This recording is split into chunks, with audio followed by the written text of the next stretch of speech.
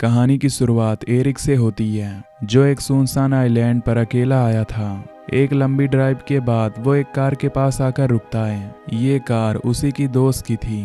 वो कार से उतरकर अपनी कार में से एक रेड बैग निकालता है और इन दोनों कार्स के नंबर प्लेट्स बदल देता है, जिसके बाद वो दोनों गाड़ियों में से फिंगरप्रिंट इरेज करता है और आगे का सफर पैदल ही तय करने लगता है। वो समुंदर के किनारे एक घर के पास पहुंचता है। फिर अपनी गन लेकर वो पूरे घर को सर्च करता है, लेकिन यहाँ पर उसे कोई भी नहीं मिलता। दरअसल वो यहाँ पर एक डेनिस नाम की औरत को ढूंढ रहा था।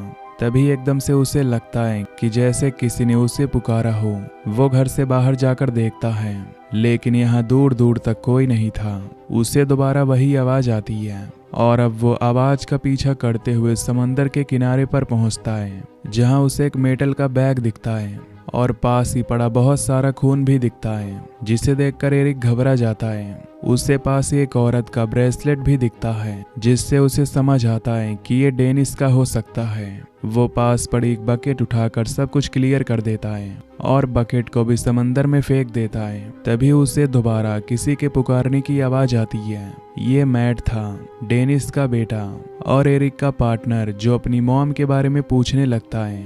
एरिक उसे बताता है कि मैंने तो उसे यहाँ आते देखा ही नहीं। इतने में ये लोग घर पहुँचते हैं तो देखते हैं कि पॉल भी यहाँ आ गया था। ये उनका चौथा साथी था। असल में ये लोग $1 मिलियन की पेंटिंग चुरा कर लाए थे, जिसके बाद उनका प्लान था कि ये लोग इस घर में स्टे करेंगे और उसके बाद देश छोड़कर चले जाएंगे। सबसे पहले यहाँ पर डेनिस को आना था, जिसके पास वो पेंटिंग थी, और अब तो वो यहाँ पर होती ही नहीं। इन लोगों को लगता है कि जरूर एरिक ने डेनिस को मार दिया होगा, क्योंकि जो पेंटिंग डेनिस के पास होनी चाहिए वो इस टाइम एरिक के पास थी और डेनिस को मारकर उसका हिस्सा भी बढ़ जाता। खैर, पॉल और मैट एरिक से कहते हैं कि हम एक दिन यहाँ पर डेनिस के आने का इंतजार करेंगे और अगर वो नहीं आई तो फिर यहाँ से चले जाएंगे। इतने में एरिक इन सब के फोन्स लेकर उसे रेड बैग में डाल देता है, जो उसके पास पहले थे, और उसे समुद्र के बीचों बीच गिरा आता है। तभी एरिक को समुद्र से अजीब आवाज आने लगती है। ये आवाज इतनी तेज थी कि मैट और पॉल को भी सुनाई दे रही थी और इस आवाज ने इन तीनों को ही हिप्नोटाइज कर लिया था और ये तीनों ही ज़ॉम्बीज़ जैसे चलते हुए उस समुंदर तक चले जाते हैं। और जब इन्हें होश आता है तो ये तीनों खुद भी नहीं जान पाते कि ये यहाँ पर क्यों आए थे। खैर, ये लोग घर वापस आ जाते हैं और सोचते हैं कि ये सब जरूर थकावट की वजह से हुआ होगा। ये लोग सोने का डिसाइड करते हैं, पर मैट अभी भी अपनी मॉम के लिए परेशान था। पॉल उसे हौसला देता है कि वेट करते हैं, शायद कल तक तुम्हारी मॉम आ जाए। रात में अब पॉल एरिक के पास आता है और उससे कहता है कि कहीं तुमने तो डेनिस को मार नहीं दिया। डेनिस अपना और एरिक का रिश्ता छुपाने के लिए एरिक पॉल को यकीन कराता है कि मैंने ऐसा कुछ नहीं किया। अंदर हम मैट को देखते हैं, जो जब नहाकर बाहर निकलता है तो उसे खून से भरी वही बकेट नजर आती है, जिसे एरिक ने समुंदर में फेंक दिया था। बकेट को देखकर वो परेशान हो जाता है और जैसे उसके अंदर हाथ डालता है तो बकेट के अंदर से उसकी मॉम डेनिस का ब्रेसलेट भी निकलता है। इस ब्रेसलेट को देखकर वो गुस्से में पागल हो जाता है और उसका शक यकीन में बदलने लगता है कि जरूर एरिक ने ही उसकी मॉम को मार दिया है। मैट एरिक के ऊपर जोर जोर से चिल्लाने लगता है और पॉल उसे काम डाउन करने की कोशिश करता है। तीनों इस टाइम बहस में ही लगे हुए थे कि अचानक से इनके दरवाजे पर जोर जोर से नॉक होने लगता है। दरवाजा खोलने पर वहां एक लड़की थी, जो काफी घबराई हुई थी और उनसे मदद मांग रही थी। एरिक और पॉल उस लड़की की मदद करने के लिए यहाँ से भाग जाते हैं, जबकि मैट उस बाल्टी को देखता रहता है और सोचता है कि आखिर इस बाल्टी को यहाँ पर रखा किसने है। जैसे ही एरिक और पॉल उस लड़की की मदद करने के लिए समुद्र के किनारे पहुंचते हैं तो देखते हैं कि वहां उनकी एक दोस्त बुरी हालत में पड़ी हुई है। एरिक उसे CPR देता है और उसे होश में लाता है, जिसके बाद एरिक उस लड़की को उठाकर अपने घर ले आता है। एरिक उन दोनों से सवाल करता है कि तुम लोग यहाँ पर कैसे। वो लड़कियां बताती हैं कि उनकी बोट का एक्सीडेंट हो गया था और वो तैरते हुए यहाँ तक पहुँचे हैं। ये लोग जब इनसे नाम पूछते हैं तो ये अपने नाम परियों जैसे बताती हैं, जिसे सुनकर ये लोग हंसते भी हैं। वो लड़कियां इन तीनों से इनके बारे में पूछती हैं तो ये लोग अपनी पहचान छुपाने के लिए झूठी कहानियां बना देते हैं। वो लड़कियां पूछती हैं कि आप लोग यहाँ पर क्यों आए। एरिक कहता है कि हम यहाँ पर बैचलर्स पार्टी मनाने के लिए आए हैं। अब लड़कियां इनसे इनका फोन मांगती हैं ताकि वो मदद के लिए किसी को बुला सकें, लेकिन फोन इन्होंने पहले ही समुद्र में फेंक दिए थे।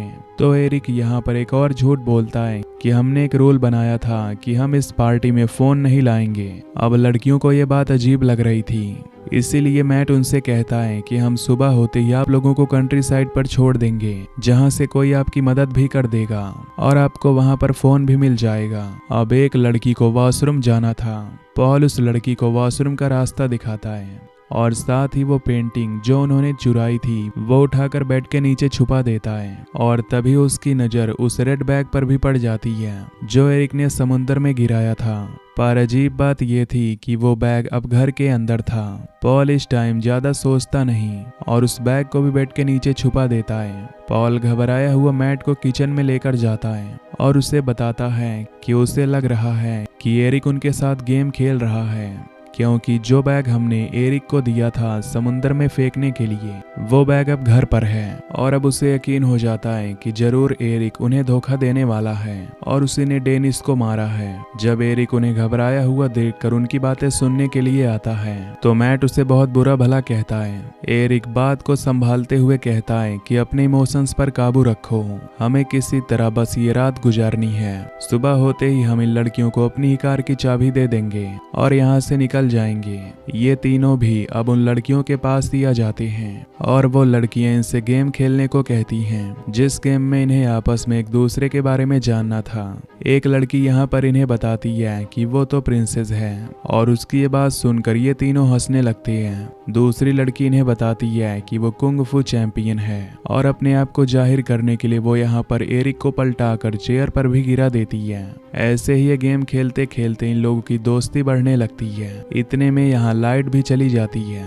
एरिक जब लाइट को ठीक करने के लिए बाहर निकलता है तो एक लड़की उसके पीछे ही आ जाती है। ये लोग एक दूसरे से अट्रैक्ट होने लगते हैं और इसी सब के दौरान दोबारा इन्हें समुद्र से वैसे ही आवाज सुनाई देती है जैसे इन्होंने दोपहर में भी सुनी थी।